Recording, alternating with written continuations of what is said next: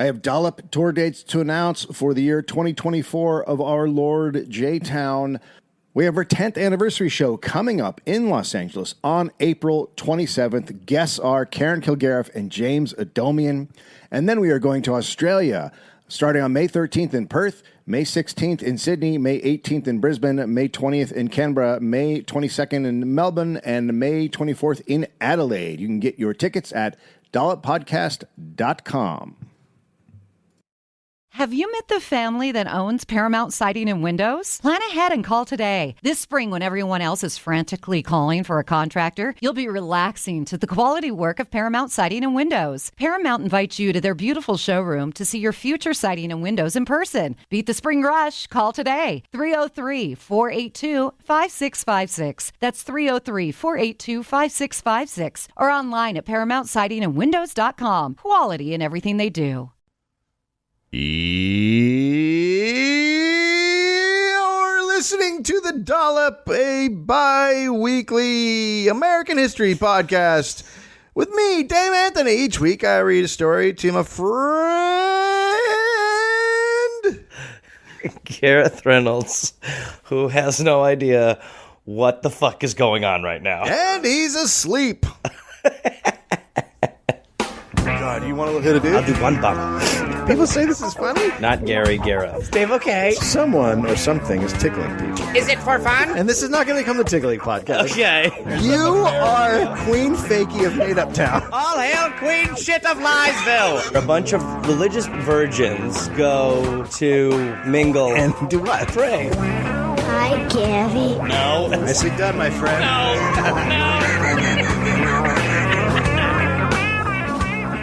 Trying to pick up the energy, you know what I mean? No, it's just insane. It's an intro to a show. Someone has to pick up the energy. What's happening? What are you doing? Dave. Yeah. What's up? Come on, man. What are we doing? I'm going to need you to focus or something. Something's happened. What do you mean? Now you're angry about something and nothing changed. I'm not angry about anything. All right. Why don't you get off my dick? January 27th! Wait, no. 1778! No, I have dates. I have some dates. Sorry. July 11th, this Saturday, I'll be with Will Anderson at Nerd Melt. This is going up next week, so no, you won't. Oh, fuck. This is the small up, huh? No, this is for... What day is it? Tuesday. Right, so when do we put them up? Or is it Sunday? All right. Keep going. You do the show with Will on Saturday, Yeah. and then this goes up on Saturday. We'll have another date. July 20th, I'll be at Hot Tub. Now go ahead. I made this weird. I agree. I've ruined the start of this one. Hot Tub, Joel Mendelflern. A little private joke for Joel. Well, now it's just January 27th, 1778. I mean, Apologies, won't happen again. It's Won't happen again. flavor. Won't happen again. Won't happen again. The Continental Army first occupied West Point, New York, on that date. And that is where the oldest continuously operated Army post in the United States is. Okay. The United States Military Academy at West Point stands atop the Sea Cliffs on the Hudson River, 40 miles north of New York City. George Washington and Thomas Jefferson recognized the need for a place to train young men who could defend the nation against Britain and Republican France. I'm nervous. 1700s. Already nervous. What? Already nervous. Why? Just because I feel like we're gonna hear some fucked up shit about West Point. How could you think that? Because this is how it's starting. This is just a nice, positive story about a military academy. No, you're not recruiting. You're Maybe a liar. It's just about a bunch of boys. Maybe it's a story. You're a liar. Of 5 boys. You're a liar. Who came together through hardship and through the academy at West Point learned how to be men and became better people. No. And helped to lead our country. No, that's a different podcast you're describing. You don't know that? Yeah, I do. Continue. When it first opened its doors in 1802, West Point was nothing more than a few ramshackle buildings with 10 cadets taught by 3 teachers. Students were admitted at any point during the year, and admission standards were, quote, laughable. Okay. So you and I could have been in West Point? Yep. We just knew a guy. Yeah. Just like Abbott and Costello. Following the disastrous War of 1812 against the British, in which a largely untrained American army suffered a string of defeats against the British, The British actually ate a meal at the White House after capturing Washington, D.C. Just to be pricks? Just to want, what do you, Fuck you. How about some tea? They said, and they sat down. Right. Would you like some crumpets? Yeah. It was a lot like that. Yeah. I think we should paint this thing blue. Hey, the Blue House. Fuck him. Fuck off, America. Fuck you. Pricks. Wankers. Congress, and then we showed them, didn't we? Yeah. We did. Well, I'm sort of them too, but yeah. Yeah, fuck them. Congress decided to increase funding. Alden Partridge became superintendent at West Point and quickly set about transforming the Army recruits. He drew up... I should make sure this is recording. Oh, that's a good idea. Yep, still recording. I didn't have it on the thing. Now I got it on the thing. We're all good. Okay. Can't wait to hear your complaints about the sound. So he became, he started setting shit up. He started... kicking ass, taking names. Yeah. He drew up regulations for cadets, created 16-hour days full of drills and study, and adopted a gray cadet uniform. Okay. A lot of people are like, gray, blah, blah, blah. But the reason that gray was the uniform is because it was the cheapest fabric. Let's just be honest. Oh, that's why? That's why, that's But why he was selling it like, look at this lovely design. That's why all the Army, whenever they gray's cheap. Okay. So let's not act like it's a great color. Okay. Well, it is a gray. People love gray. It is a gray color.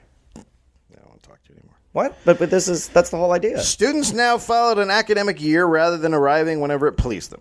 Partridge also developed standards for admission, forbidding 12-year-old boys, married men, the physically disabled, and amputees who were previously admitted as cadets. I'm sorry, specifically 12-year-old boys? Like 11-year-olds could come in and 13-year-olds, but I it was don't know. like 12 are weak. I think it was anybody under 12. 12 are weak. What are you, 8? Get in here. It's a bridge age. It is a bridge age. It's a 10 to 12 count. 11's nothing. I love amputees. I'd like to join the army. Well, I've only got one. But it's as good as 2. Call me Captain Hops. They call me Punter. How are you? In 1817, Clapping is going to be my biggest issue here, sir. Here's me clapping. All right? Any That's questions? it.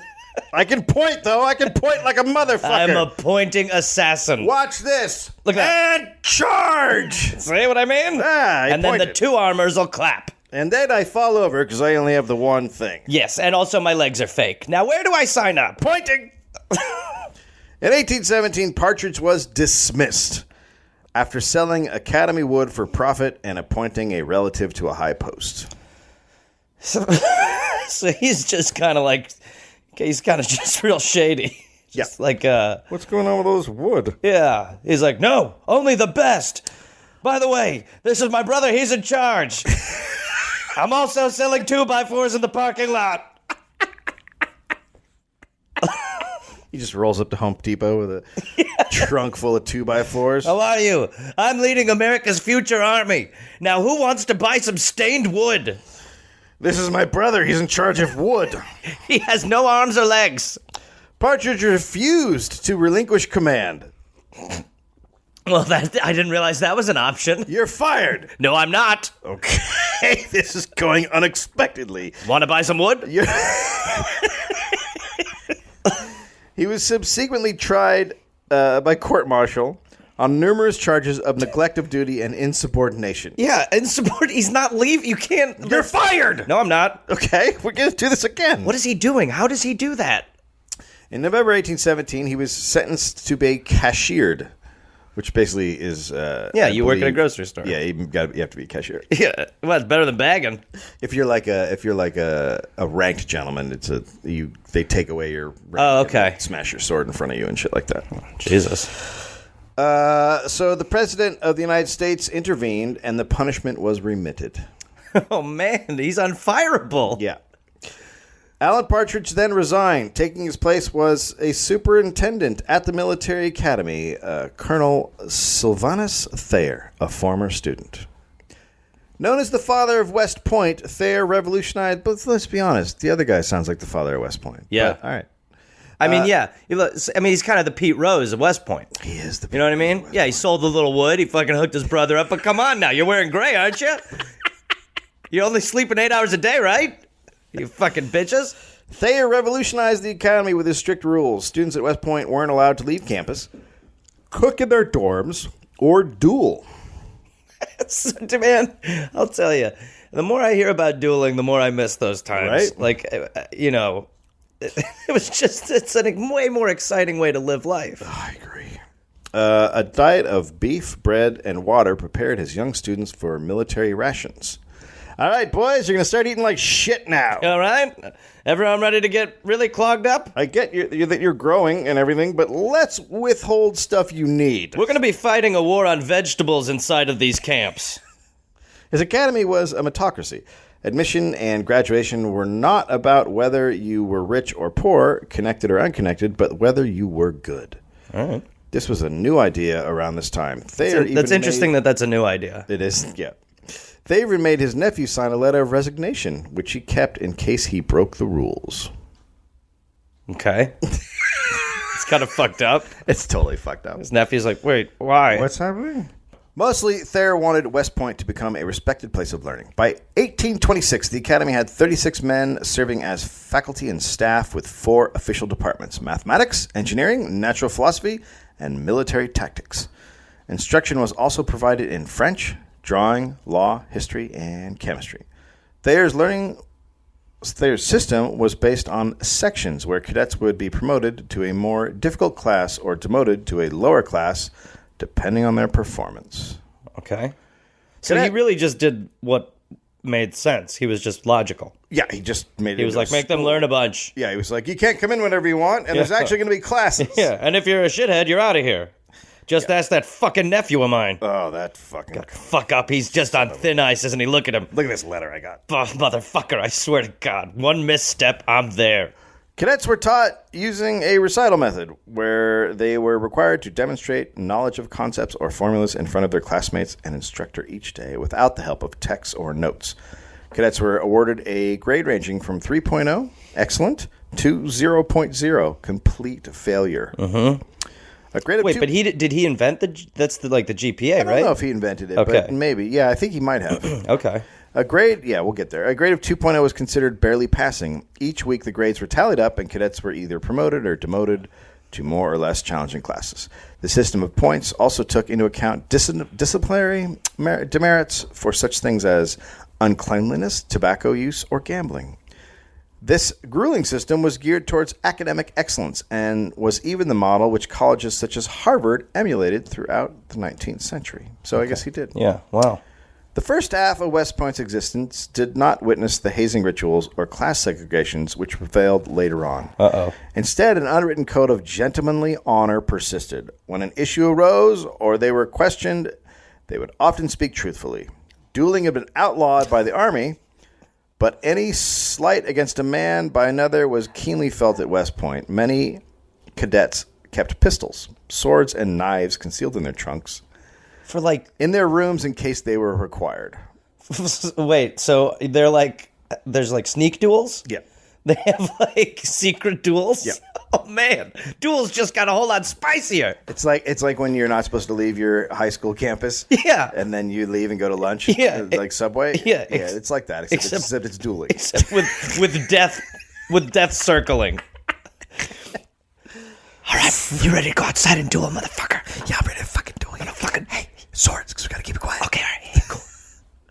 From the Boston Gazette, we are informed by the North New York American that a duel was fought Friday morning at Hoboken between 2 cadets from West Point, in which one of them was badly wounded. His name, we understand, is Maurice, a native of Virginia. The editor adds, both parties, if the sufferer survives, we presume will be dismissed from the academy. Oh, man. Worth it! Yeah. He woke up out of the coma. Well, let him know he's dismissed. And fired. Thayer had the old ramshackle buildings of the Revolutionary vintage replaced with 2 new barracks, a north and south barracks, a mess hall, an academic building, and a number of new quarters for the staff. The barracks were laid out in several stories with rooms running off corridors. Thayer built an academic institution with engineering at its core. He knew that to build a strong nation required engineers. The graduates of West Point would eventually build the infrastructure of the industrial USA, its railways, bridges, canals, and borders. Thayer had done a tour of Europe and seen that science and engineering built strong nations. Maybe the Republicans should take that tour. Well, he was a fervent admirer of Napoleon Bonaparte, whom he had hoped to meet on his trip in 1815. Man, that's an interesting get. Yeah. That's a great sit down. Yeah. But it does sound like, I mean, all the stuff you're talking about is stuff that, like, would be great to have somebody believe today in our government. That'd be awesome. That'd be great. To have a president who is just like, we need to teach people shit. Hey, let's teach people shit and fix the bridges. I don't like the sound of it. I like bridges that fall down. Let's go to war. War! No bridges! Yeah, war! Fuck you, bridges! Fuck you, science and bridges! That should be the Republicans. The Republicans should now fight a war in the States on bridges. Just like start actively trying to make the bridges fall apart faster. Fixing bridges costs money, so fuck you! Fuck you, bridges! Thayer's rigorous daily schedule encouraged a monastic-like discipline and succeeded in turning the academy from a chaotic institution to a place of order and learning. Yet, as diligent and as honorable as they were, these young men, with the same inclinations and passions as any young men. Yeah. Here we go. The coaster's starting to go down. They just had few opportunities to exercise them. When these passions were exercised, they often erupted violently. In 1825, the cadets were allowed to drink on 2 holidays. The 4th of July and Christmas. I mean, those nights have to be fucking crazy. Well, yeah. How could they not be? I mean, you're drinking... Have you ever been to an office party? Yeah, right. Yeah. Now imagine never being able to drink outside of the office and having an office party.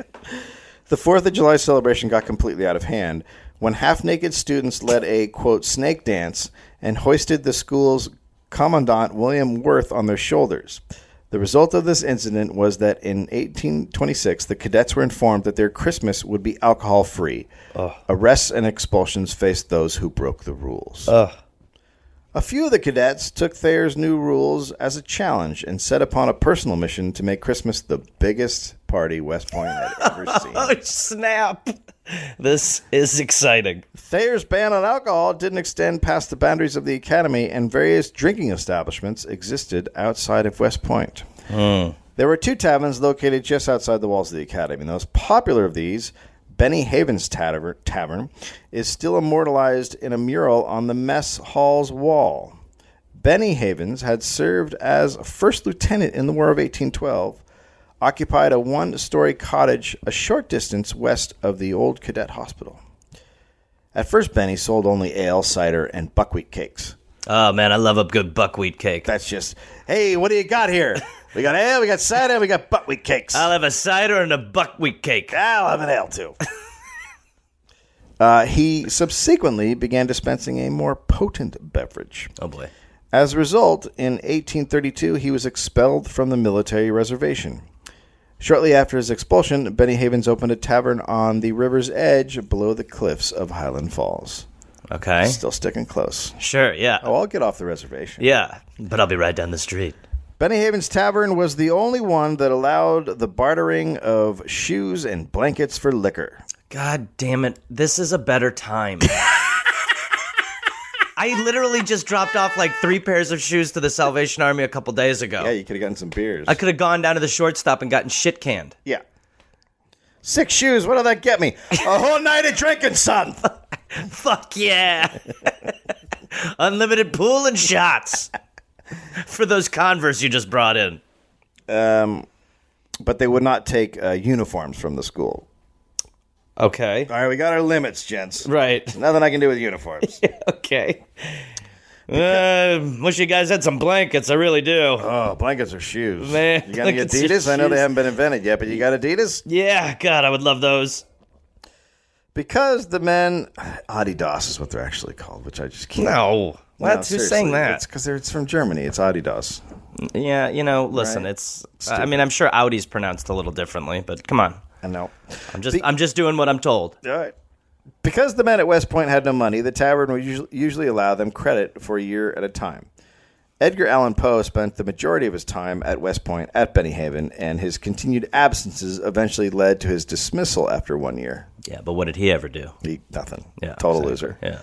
The taverns were technically illegal to visit, but as long as a cadet wasn't caught or a commanding officer turned a blind eye, they remained an essential place to cool off with friends, enjoy a warm flapjack, and drink up. Get a buckwheat cake and some cider. Girl. Maybe Girl. pay 2 shoes and a blanket for the night. Girl. I mean this. Now you're my girl. I've had a lot of that cider. You look like a girl. That's what I'm saying. He's talking to the blanket with shoes inside of it. It's really fucked up. Before 1826, another tavern existed on the property directly behind West Point. North's Tavern, as it was called, was so close to the academy that it often enticed cadets. Thayer dealt with this temptation by purchasing the property and turning the tavern into a hospital. What a fucking asshole. Yeah. That's quite a downgrade. Yeah. Jefferson Davis, who would go on to be the future president of the Confederate States during the Civil War, Okay. had a history of bad behavior while drunk. He was the first to be arrested for going to Benny Haven. Another time, Davis was reportedly so drunk that he fell down a 60-foot ravine while bolting from the tavern because a professor had come in. Jesus. In retrospect, 60 feet? His friend shouted down to him to respond if he wasn't dead.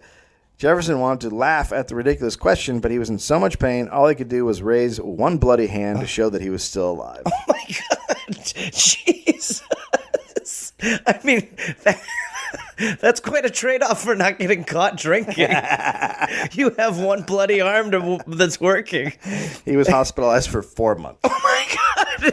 It's really like Will Ferrell and Austin Powers. Holy shit. 4 months. Worth it. Because then obviously you're caught too. It's not like they're like, no, none why of did none of that worked out. What was he doing? None of that he was worked out. hang gliding and forgot the equipment. Cider gliding. Yeah. When a group of Jefferson Davis's friends suggested they flout the superintendent's new law and throw a Christmas Eve rager the night of December 24th, 1826, Davis was on board. Oh boy. Their choice of holiday beverage for the party was the notorious eggnog. Oh God. Nowadays, eggnog isn't necessarily synonymous with alcohol. In the 18th and 19th century, however, eggnog was more often than not alcoholic. I think that's true today, right? Yeah, maybe, but some people just drink the eggnog. Those people are serial killers. I want an egg drink. I want an egg drink with no real benefit, buzz-wise. Oh, God, I am full. Yeah. I've had a thimble. So it was mostly alcoholic, a descendant of a widely drunk hot milk punch known as a posse, which contained curdled wine or ale. Yeah, So now a that hot milk punch that contained curdled wine or ale. I think that just these last 3 sentences you've said have ended my time with eggnog for good. Yeah. Just actually now thinking about what it is, I think it's over I with can't. me and eggnog. It's definitely. And not that I was a big, not that I was a nogger. You're a nogger. Recovering. The number of small dairy farms in colonial America in the 19th century made milk, cream, and eggnog more accessible to the American public. Nog is essentially a mixture of 4 items found on any colonial farm: chickens, cows, sugar, and booze. Great, because chickens make eggs. Who's Cows make milk, Yeah. and then sugar and booze. How did it start? Who was the first lunatic who was like, I don't know, I got a feeling. Let's put this all in a cup. You know what I just did? Something pretty fantastic. Look, it's a bread trick. Okay. I know, listen to me, it sounds crazy, but I took the cow milk and I put an egg in it, and now let's get drunk with it. Hey, everybody, raise your bread drinks. It's vomiting oddly. The type and taste of nog could be hidden with spices. It's terrible. Let's put some cinnamon in it. Okay, it'll solve this is a little kick. Nutmeg. I think we're onto something here. Oh my God! I put 4 eggs, some milk, and sugar and rum in here. Yuck! Let's put it on a table in the sun and drink from it all day. It's called nog. Come on. Room temperature or hotter? It's noggy. During the height of the triangle trade, which is When the people traded triangles. sugar, slaves, and rum, Oh, God. the triangle trade. Right. I will trade you my rum for his slave, and he'll trade you.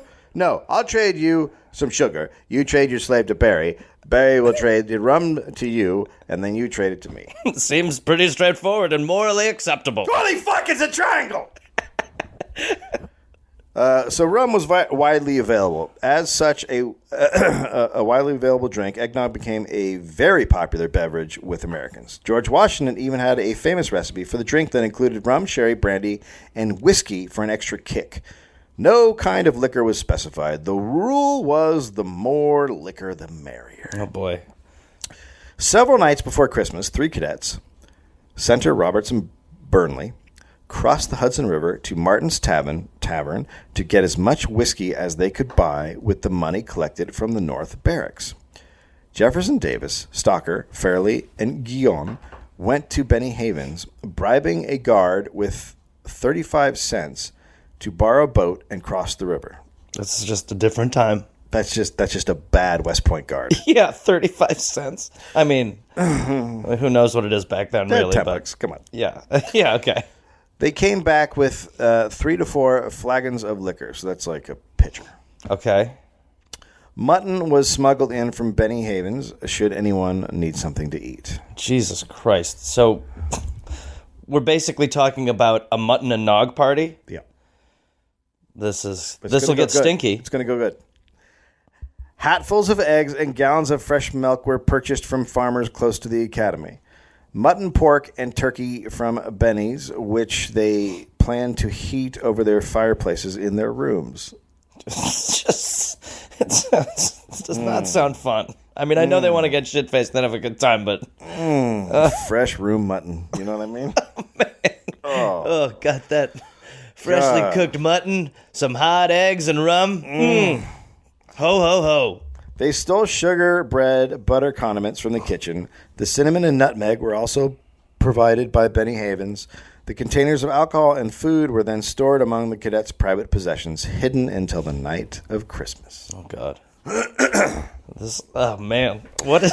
Thayer was strict but not stupid. Cadets had smuggled alcohol into the academy before, and those situations have been dealt with on an individual basis. He assumed that, with the holidays, there would be similar incidents. In fact, he discussed such a possibility with colleagues at a small party the night before. But there took nothing more than standard precautions, assigning 2 officers, Captain Ethan Allen Hitchcock, a faculty member in military tactics, and Lieutenant William A. Thornton, to monitor the North Barracks. He also assigned cadets in charge of every floor in the barracks, holding them responsible if anything went wrong. Oh, boy. Well, I have a feeling things are going to go wrong. No. Yeah. Lieutenant Eaton was on watch in the guardroom on Christmas Eve. In the guardroom was a large drum and a military fife, which were used in the morning and night to signal the beginning and end of the day. Each morning, the drummer would strap on the drum and stand between the north and south barracks. At the first sight of the sun, he would beat the call to summon the cadets from the barracks for roll call. A drum would also signify breakfast and the start of classes. Okay. At 10 p.m. on December 24th, he sounded the nightly call for all cadets to be in their rooms. In room 28 of the North Barracks, however, cadets Swords, Berrien, Sullivan, Skipwith, Stocker, and Billy Murdoch were mixing Tennessee-style eggnog in wooden buckets. Jesus. So this is Christmas Eve they're doing this shit. Yeah. Okay, as long as they're not making nog at 24 hours in advance. No, they're nogging it now. Yeah, okay. You want the nog nice and sour. Fresh nog. Yeah. In room 5, well, I mean, the milk has been sitting around for a while. Well, look, by no means is this acceptable to digest. I'm not suggesting that at all. In room 5, 1 level down and directly across from Hitchcock's room, Jefferson Davis, Guion, Bomford, Cobb, and Billy Fitzgerald, a top 5 student, was Billy, were also drinking eggnog. Fairly suddenly decided to make another trip to a local tavern as he was afraid that the supply would run low. Jesus.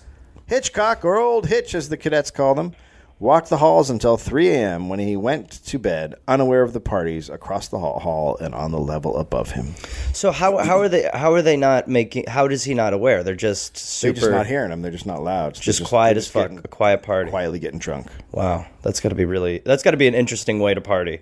Yeah. Whisper party. With eggnog? Yeah, would blow off a lot of steam by being like, I have the best time right now. Oh my God, this eggnog is so thick. This is a fucking rager. I feel alive.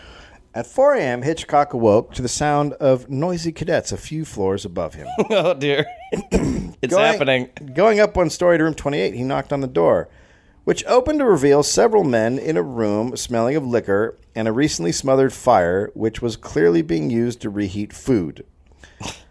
Although he did not see any liquor, he did see human-like shapes under a blanket. He ordered the 2 men under the blanket to come out, which they did sheepishly.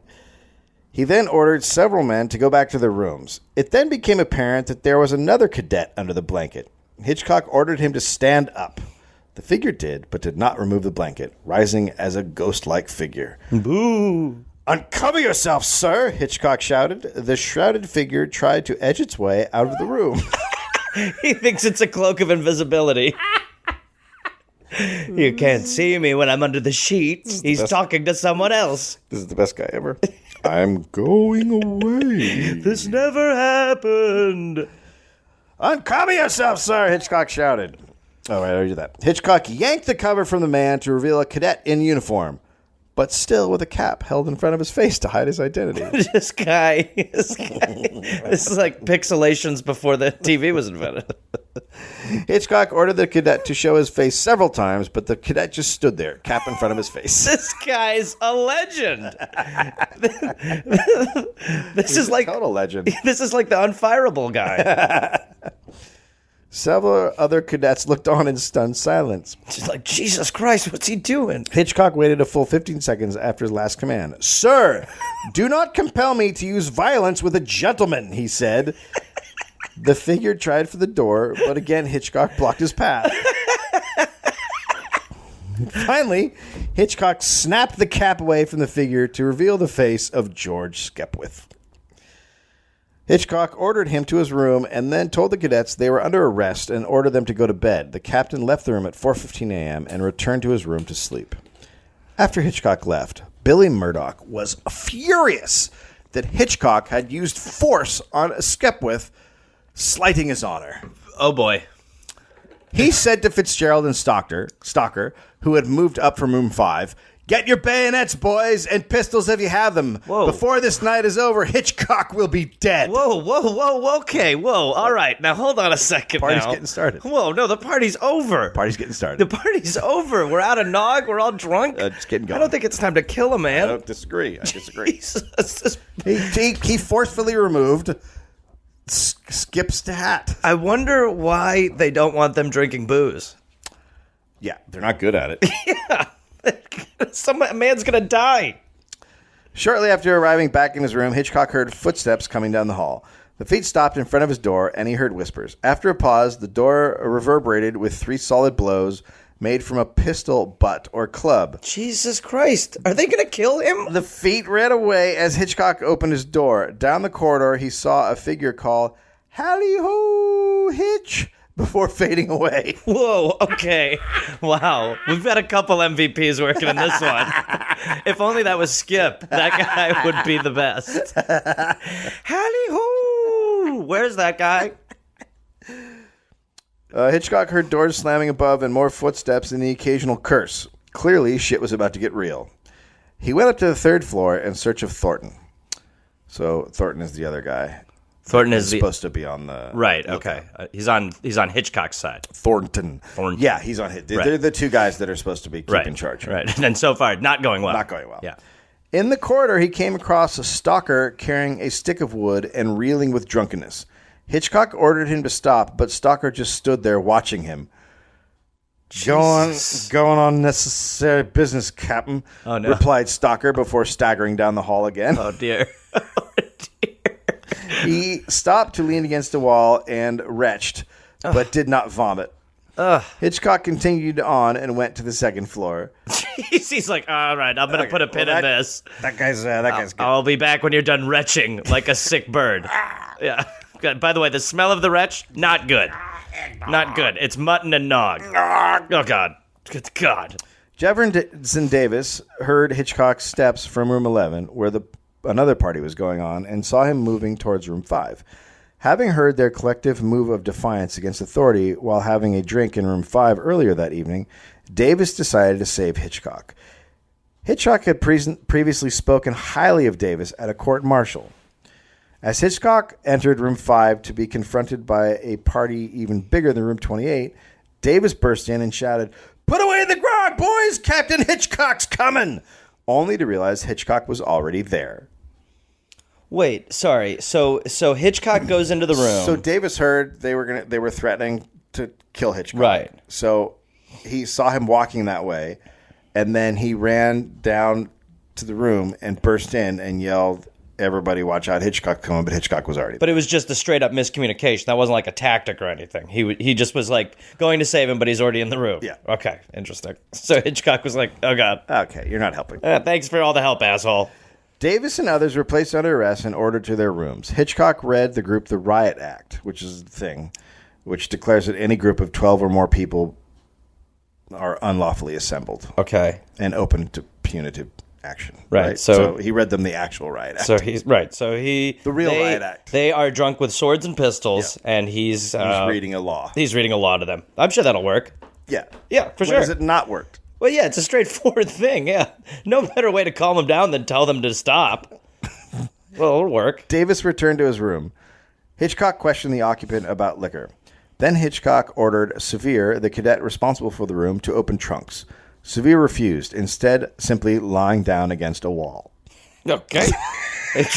Interesting way to take the note. No, sleep. Open these trunks. I was going to sleep here against this. Unsure of how to handle the situation, Hitchcock left. It was now 4:50 p.m. a.m. Sorry. 4:50 a.m. It's not. I mean, at this point, it's kind of a race against time. It's just kind of like wait a couple more hours and the day's going to start. And, yeah, it's like a shit'll hit the vampire fan. movie. Yeah, right. Yeah, it's daylight exactly. 3 cadets were discovered by Cadet James G. Overton, a relief sentinel and not involved in the parties. And he questioned them about their actions. They gave a drunken explanation about needing drums and a fife. We've actually, when we were trying to help, because we had to get the fife. This is getting... Cause and the drum. What? It go... Don't talk anymore. No. What we're trying to... Stop helping me. No, we're trying to... We're saying is, well, how's everyone going to wake up out of the fife and drum? We just want to be helpful. Bro, you're fucking this up. He knows we're drunk now. The other officers, given the duty of keeping an eye on the cadets, sorry, that's Thornton, awoke around this time. So Thornton rose and began wandering through the corridors, where he found 2 cadets with ruffled and unbuttoned shirts. Imagine him just going out for like his morning, like, all right, make sure everything's tip top. Hello, gentlemen. Hello. Guys, how are you? What's going on? How are you? Oh, dear. Oh, dear. This is my chest. Excuse me? This is my chest. Okay. It's open. Have you seen Barry? He's going... I'm going to come right back. Good morning. Okay, goodbye for now. One of these 2 cadets was Fitzgerald, the top 5 cadet. Only at this time, he was a lot less than the top 5 because he was wielding a curved sword. Sure. Thornton placed him... Does that mean penis? Yeah. Okay. Thornton placed them under arrest and told them to return to their rooms. He asked Fitzgerald for the weapon, but Fitzgerald refused, screaming at Thornton maniacally. Dude, okay. Yeah, this has to be fucking terrifying. Give me your sword, soldier. Wait. So he's literally like probably expecting everything to be cool. Yeah. Then he's walking the grounds, and these guys who are like being trained to be the best, the best soldiers. Young fighters in the best soldiers in the world, are all fucking shit canned Yeah. in just varying scales of like too drunk to stand to like maybe going to kill him. That's pretty much it. And he's alone just trying to walk the grounds. I mean, it's almost like the Night of the Living Dead. It feels like a zombie movie where you're like, alrighty. It's not good. Yeah. Fitzgerald then struck the floor 3 times with his sword and walked off to room 29. Loving how he's handling it. loving the move. Just then, Thornton heard the sound of a drum and fife outside. Oh, good morning. The men were cheering the musicians who had stolen the instruments from Eaton's guard room. They got so drunk, they stopped caring about being caught. Totally. Like it probably started out as like a let's sneak it and we'll be hungover, and now they've stolen shit and they're laughing and Thornton's there. Thornton went down stairs to put an end to the terrible music, but never made it as he was struck by Cadet Roberts with a piece of firewood and knocked unconscious. Jesus Christ. Yeah. This is not good. Taking care of business. Listen, did he read the Riot Act properly? Hallways were now complete chaos. Men ran from room to room, waving swords and muskets. Yells echoed the hallways. Firewood was thrown about, crashing into walls and windows. An occasional shot was fired. A cadet opened a window for fresh air, only to vomit and crash unconscious, passing out in his own filth. Oh, wait. So he barfed out the window and then fell out the window onto his barf? Yeah. It's just a landing spot. Meanwhile, Imagine, honestly, I could, picturing this is insane. Yeah. Okay. All right. Meanwhile, at 5 a.m., Cadet Guion got a pistol from the South Barracks with the intent of killing Hitchcock. Jesus Christ. This is insane. Yeah. Okay. At the same time, Hitchcock was in his room. I mean, they got worried. so drunk they wanted to kill everyone. Yeah. Like anyone above them, they now want to kill. Yeah, it's Lord of the Flies. Okay, good. So Hitchcock was in his room at this point, worried that blood would be spilled. Suddenly, there were violent blows on his door. Firewood was being heaved at the door like a battering ram. Guion smashed at the door, which was very close to splintering. Impatient, he pulled out his pistol and aimed at the door. The crowd of men around him self-violent as he pulled the trigger. Cadet Thompson accidentally bumped him, causing the shot to hit the side of the door. Stones were now being thrown at the barrack windows from outside, including Hitchcock's. So they're just breaking all the windows. Yeah, no. If you're Hitchcock, you're like, well, this is not good. This is not good. I should have put 3 guys on guard. Hitchcock burst out of his room, and the startled cadets retreated. In the corridor, Hitchcock saw men smashing windows with clubs. "Go to your room," he ordered. Some of the men did, but most did not. Hitchcock, abandon that philosophy. If anything, it's now. This is what you do now. This is the move. You pretend you got drunk too, and you also want to kill the people on your staff. Hitchcock then heard the morning bugle call, and thinking this meant it was daylight, he was relieved. Yeah, But what an idiot! It was not. It was a false morning bugle call. What does he think of bugle? The guy just plowed. Yeah, but also, what does he think? Like, a bugle's not going to stop them. No, but he just thought, you're The right. bugle's not going to make them all be like, oh, wait a minute. We acted badly. He went to Thornton's room, but no one was there, and rocks were being thrown at Thornton's windows by giggling men. Giggling. Leaving Thornton's room, Hitchcock came up against another man whom he ordered to halt, but the cadet instead raised a club against Hitchcock. Okay. There was a brief struggle before the cadet dashed off. Another man Hitchcock encountered just stood there until Hitchcock moved on. Awkward. I love those guys. Yeah. The ones where he's just like, I think it's just better if I just walk by this one. He then arrested Hamilton for a 3rd time that night when he was caught in the hallways. Well, maybe it's time to switch tactics. Hitchcock saw Cadet Overton and ordered him to get the calm here, meaning Commandant Worth. A bunch of drunk cadets overheard this as "get the bombardiers," the hated artillerymen. Okay, wait. So he wanted the commandeer, and what do they think they're going to do now? He said, "Get the calm here," and they thought he said, "Get the bombardier." And that means kill. That means that these artillery guys that they hate are coming. Oh, Jesus. Oh, shit. So they're like, motherfucker, no way. So Stalker loaded his pistol with gunpowder and no balls, firing it several times. He ordered men to fortify the North Barracks against the oncoming attack from the bombardiers. Oh, my God. They're so drunk. They're so drunk. Murdoch heard the rumor and awaited the invasion. He stood at the... Invasion. He asked for a guy. He stood at the entrance to the barracks and asked each cadet passing, "Are you a bombardier or a gentleman?" Well, what the fuck? I mean, what sort of... This is like... It's almost like some of them haven't heard about lying yet. Yeah. They're not good. Gentlemen, well, your story checks out. Come on in. Fitzgerald, his hand now cut and bleeding by the window panes he has sliced with his sword, good move, made his way to room 11 in the South Barracks. There he rallied men to join the fight against the bombardiers before he fell asleep on his bloodied forearms. Alrighty. Our leader, everyone. Our fearless leader. Let's go get him right now. We're going to kill the... Wait a minute. It's not. The hell's going on? Noggin. I think he's saying noggin. Noggin.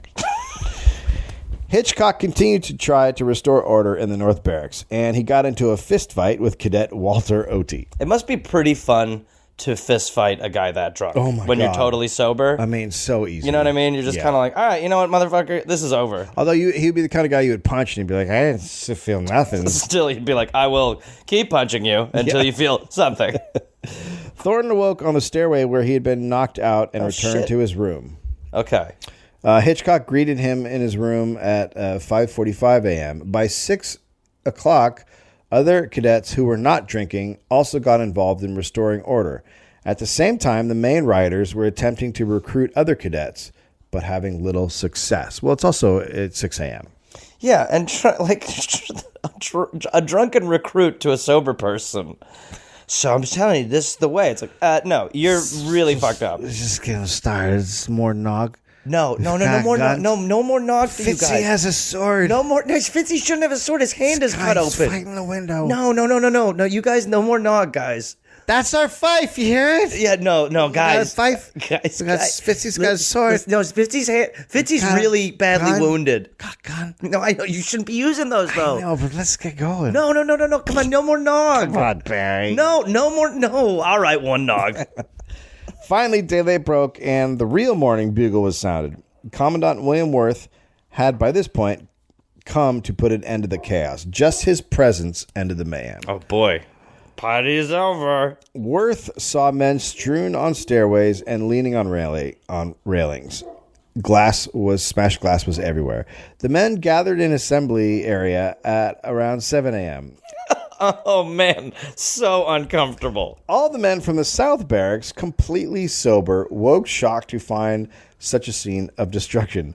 Windows had been smashed, along with the building's furniture. Banisters had been ripped from stairways, thrown down with other rubble. Shards of shattered plates, dishes, and cups were on the ground.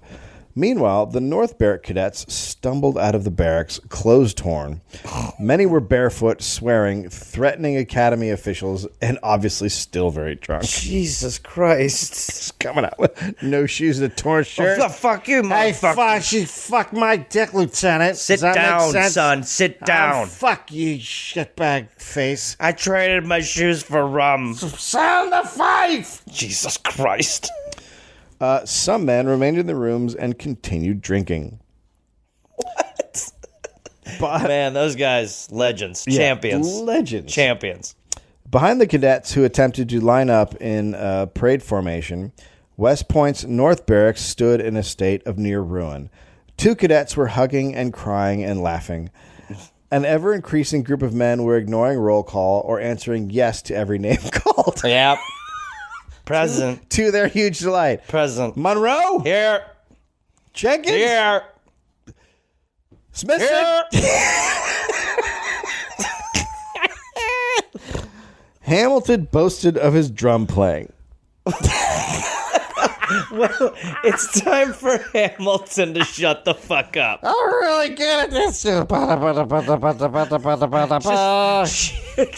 alone, just like, I'm really good at the drum.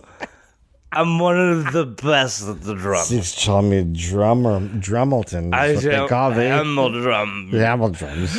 Oh boy. I think I'm gonna puke on the 5. Some still cried out that the bombardiers were coming. This is just chaos. Men smashed windows on their way to roll call. What? So a guy hears the roll call horn, and he's just walking there, throwing rocks at windows as he goes. It's an either or. Keep rioting or go to roll call. The officers just stood there taking notes. Roll call was finally abandoned due to chaos. Oh, Jesus Christ. During breakfast, fights continued to break out in the mess hall. How are they not getting it a little under? How is like breakfast happening? I think they're so hammered they can't, and there's so many of them. They're just like, okay, just let them go until they peter out. So they are just like, we'll they're just watching. They're just watching and taking notes at this point. After breakfast, they went to chapel for a 2-hour service. Well, I'm sure that was very, very religious. 22 cadets were then placed under house arrest until further notice. Among them was Jefferson Davis, who had been reported as one of the criminals by Hitchcock and Thornton. About a third of the cadets, approximately 100 men, had been involved in what would come to be known as the Eggnog Riot. Wow. Finally, the craziest riot name ever. Yep. An inquiry was opened. After almost a month of investigation, the decision was made to court-martial 19 cadets for their conduct on Christmas Eve.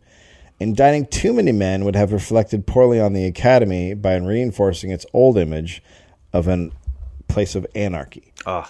Thayer chose to deal with only the most aggressive offenders. The inquiry included testimony from 167 witnesses. Holy shit. The gentlemanly code of honor among the cadets and what they saw as their moral obligation to tell the truth meant that thousands of pages of transcriptions of the accounts of men had been collected. By March 8, 11 cadets found that they no longer were allowed to wear the gray and were dismissed from West Point. These were the ones who had smuggled the whiskey, the cadets who incited the riots, and several others. Those expelled included Fitzgerald, Guion, and Stalker. The 8 other cadets were given a reprieve, including Mad Billy Murdoch, Private John Dugan, the man who had taken the 35 cents at the river. Okay, that guy's like, I'm really sorry. Really, that guy was the seed. Yeah, he was sentenced to 1 month hard labor and forfeited a whiskey ration for the same period. Okay.